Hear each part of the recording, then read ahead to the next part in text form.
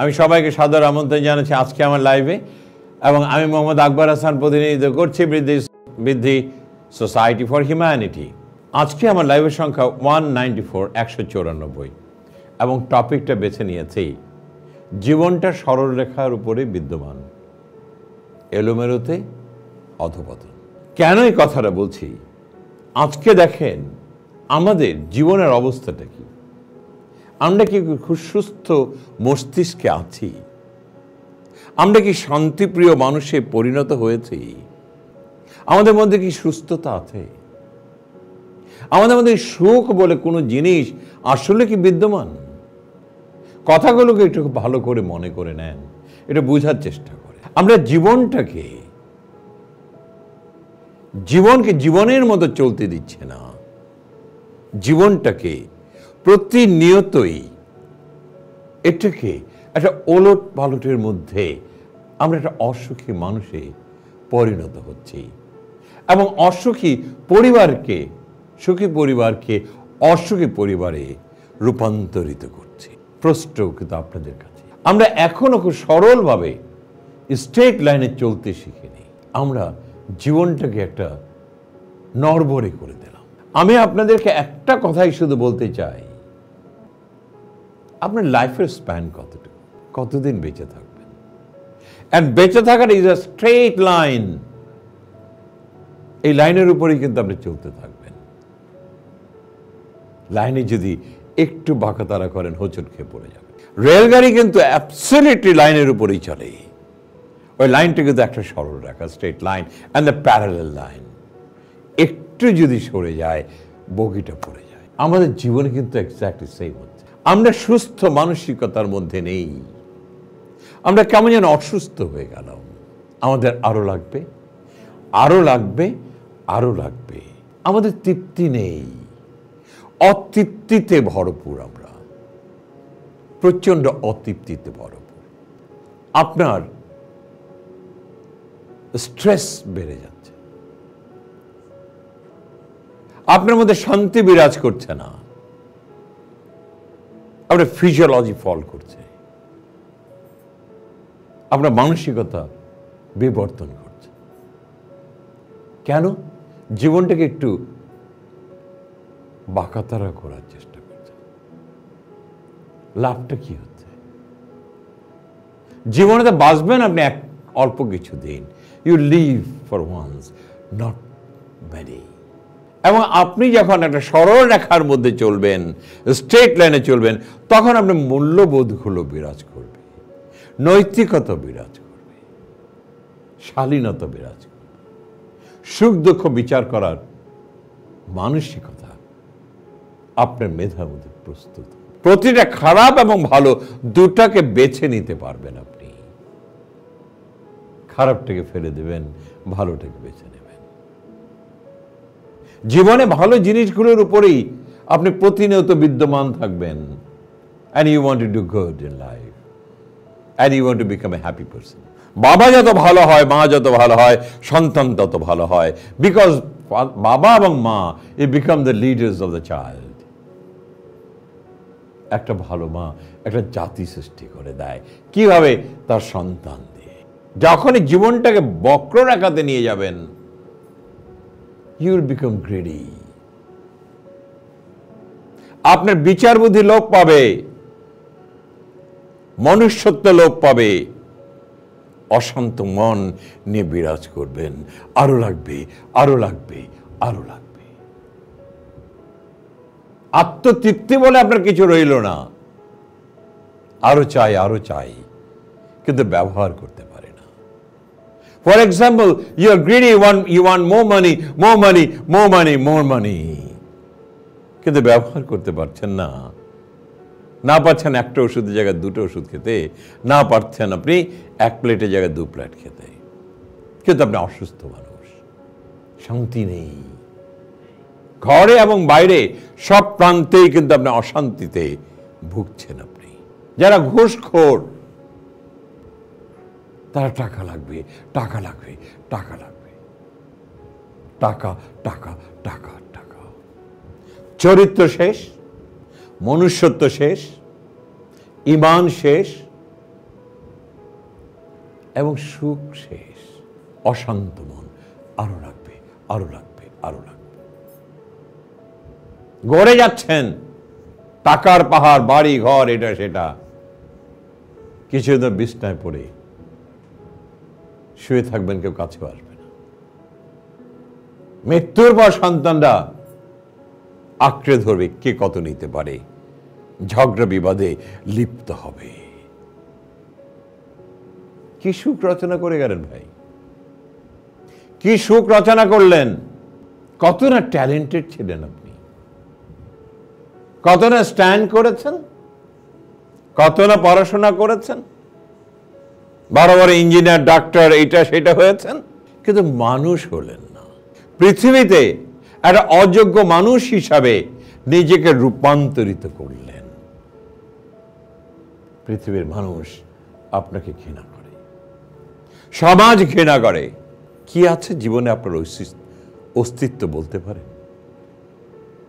আর যে মানুষটা খুব সরল লেখায় চলছে, পড়াশোনা করেছে, ভালো চাকরি করছে, অত্যন্ত ইমানের সহিত কাজ করে যাচ্ছে, হালাল রুজি নিয়ে বাসায় আসছে, ঘরে শান্তি, বাইরে শান্তি, সন্তান দেখছে মাই father is a very honest person,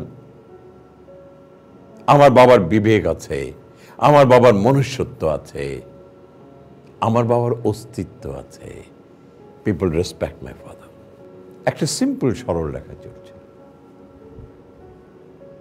সন্তান বাবার কাছ থেকে কুড়িয়ে নিল ভালো আদর্শগুলো, সৃষ্টি হলো মহান জাতি। আর যারা বক্ররেখাতে চলেছেন, সৃষ্টি করছেন ধ্বংসের এক স্তূপ। সন্তানরা জানে my father is a corrupt person, wife জানে my husband is a corrupt person. জানেন আপনি কোথায়, আপনার অবস্থান ডাস্টবিনে।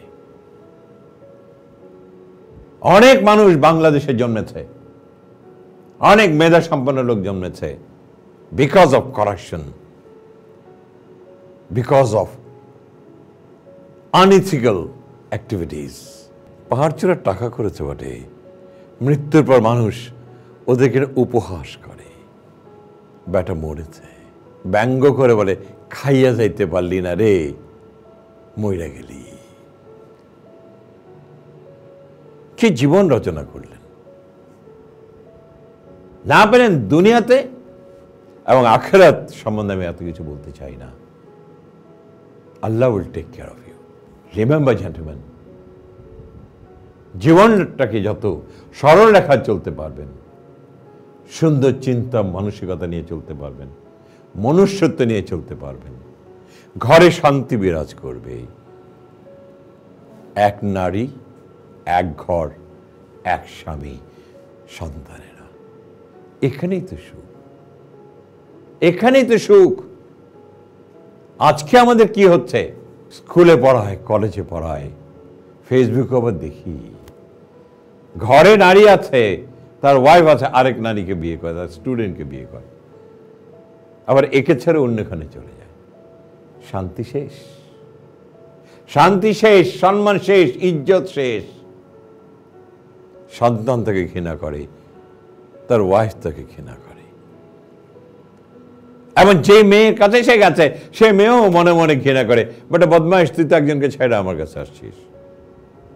আবার এই লোকটা ওই মেয়েটাকেও ঘৃণা করে, আরে বদমাইশ, তুই তো তার আগের স্বামীকে ছেড়ে আমার কাছে আসছিস।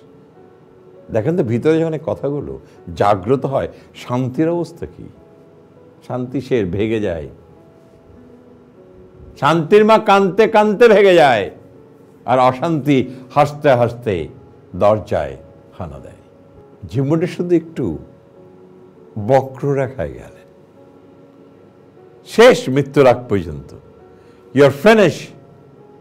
যখন বিছনায় পড়ে যাবেন, পৃথিবীর কুকর্মগুলো মনে আসবে, এমন দেখবেন ডক্টর বারবার এসে বলবে আপনার হাইপার টেনশন বেড়ে গেছে, প্রেশার বেড়ে গেছে, আপনার একটা ওষুধ দিতে হবে, আপনাকে একটু সিসিউতে নিতে হবে। কিন্তু ডক্টর জানে না ভিতরের জ্বালা, ভিতরে অপকর্মের জ্বালাগুলো কিন্তু তার মেধাতে নিয়ে আসতেছে, আর তখন সে অনুশোচনায় ভুগছে, আর ফিজিওলজিক্যাল ডিসঅর্ডার হচ্ছে। ডাক্তার অস্থির, কেন? তার বারবার প্রেশার আপ ডাউন করছে, ওষুধ বাড়াও, ওষুধ কমাও। But this is my absolutely আমার নিজস্ব মতবাদ, কিন্তু চিন্তা করতে গেলে এটাই সত্য। মৃত্যুর আগে অস্থিরতায় ভুগছেন, কারণ প্রতিটি অপকর্মগুলো কিন্তু আপনাকে স্মরণ করিয়ে দেবে, ওহে নির্বোধ, তুই জীবনে ওকে করেছিলি, ওকে করেছিলি, ওকে করেছিলি, ওকে করেছিলি, এখানে ঘুষ খেয়েছিলি, এখানে অত্যাচার করেছিলি, ওরে নির্বোধ, এখন টাকা কিছু কাজ করল না, মরে গেলেন। জানা যায় মানুষ আসে, কিছু মুচকি মুচকি হাসে। জিনিসটা ভালো ছিল না। আমাকে সেক্রেটারি সাহেব ছিলেন, আমাদের অমুক ছিলেন, আমাদের ডাক্তার ছিলেন, বলে কিন্তু দেখেন মৃত্যুর সময় এতটুকু প্রশংসা কুড়িয়ে যেতে পারলেন না। যারা সরল রেখায় আছে তাদের জানা যায় সবাই আসে এবং দেখে উনি মুখে হাসি, পৃথিবী থেকে চলে যাচ্ছে। সবাই বলে দেখো দেখো চেহারাটা দেখো, নুরানি ফুটতেছে, নূর চলে আসছে, হাসতে হাসতে পৃথিবী থেকে চলে যাবে। শান্তির মৃত্যু কাকে বলে তারাই শুধু অনুভব করে। আর যারা বক্ররেখাতে আছে, শান্তি বলে কোনো জিনিস মৃত্যুর আগেও দেখল না, মৃত্যুর পরেও দেখল না। সেই কারণেই আপনাদেরকে আমি বলছি, সবাইকে বলছি, stay in a very straight lines. বেশি খেতে পারবেন না, বেশি পড়তে পারবেন না, বরঞ্চ অনেক ভালো কাজ করে যেতে পারবেন। নিজের জীবনের দর্শনগুলো মানুষের মধ্যে বিলিয়ে যেতে পারবেন, ভালো কর্ম করে যেতে পারবেন এবং দেশ এবং জাতিকে সমৃদ্ধিশালী করতে পারবেন। একটু ভালো মানুষ হতে চেষ্টা করুন। একজন ভালো মানুষ এই পৃথিবীর সবচেয়ে বড় আমানত, এবং সবচেয়ে বড় আমানত এই বাংলাদেশের জন্য। আমরা দরিদ্র বলে আখ্যায়িত হই, বা জানেন আমাদের সবচেয়ে বড় দরিদ্রতা কোথায়? আমাদের চারিত্রিক বৈশিষ্ট্যতে। We don't have a good character. We don't possess good character. আমাদের চরিত্রের মধ্যে এত অভাব, অসহনীয় চরিত্র আমাদের মধ্যে বিরাজ করছে, যেই কারণে আমাদের মধ্যে দেশপ্রেমিক সৃষ্টি হচ্ছে না। একজন দুইজন চেষ্টা করে গেলে হবে না। আমার দেশের প্রতিটা মানুষ দেশপ্রেমিক হতে হবে, যখন তার চারিত্রিক গুণগুলো বিকশিত হবে। এর আগে না। ভাই অনেক আছেন বক্ররেখায় থাকতে যে নেশাখোরের মতো খারাপ কর্মের মধ্যে নিজেকে আকৃষ্ট করেন। আর যারা ভালো মানুষ, জীবন দিয়ে গেল দেশের জন্য, তাদের নাম স্বর্ণ অক্ষরে লেখা থাকে এবং লেখা থাকবে। মৃত্যুর পরও হাজারো মানুষ তার কবর দর্শনে যাবে, দুটো হাত তুলে আল্লাহর দরবারে বলবে, হে আল্লাহ, তাকে জান্নাতুল ফেরদৌস দিও। এর চেয়ে বড় উপহার এই যে মানুষ হিসাবে, আশরাফুল মাখলুকাত হিসাবে আর কি পাওয়ার আছে? মানুষের চোখের জল পড়ে আপনার জন্য। আর অপকর্মের মধ্যে লিপ্ত আছেন, সন্তান থেকে, সমাজ থেকে নিয়ে, পরিবার থেকে নিয়ে, সবাই আপনাকে ঘৃণা করে, গালি দেয়। ও মানুষের বাচ্চা না। বলুন, নিজের জীবনের সাথে, নিজের কর্মের সাথে মিলিয়ে নেন, কোথায় আছেন আপনি? সরল রেখায় না বক্র রেখায়? সরল রেখায় জীবনে উন্নতি, বক্র রেখায় অধপতন। এর বাইরে কোনো ইকুয়েশন আছে বলে আমার জানা নেই। অ্যান্ড এই যে সরল রেখার প্রথম কর্তব্য হচ্ছে, please safeguard your character. Safeguard your character and safeguard your character. চরিত্রকে তুমি কখনো কলঙ্কিত করো না। এই অলঙ্কিত চরিত্রকে তুমি কখনো কলঙ্কিত করো না। এ কথাই শুধু বলে গেলাম।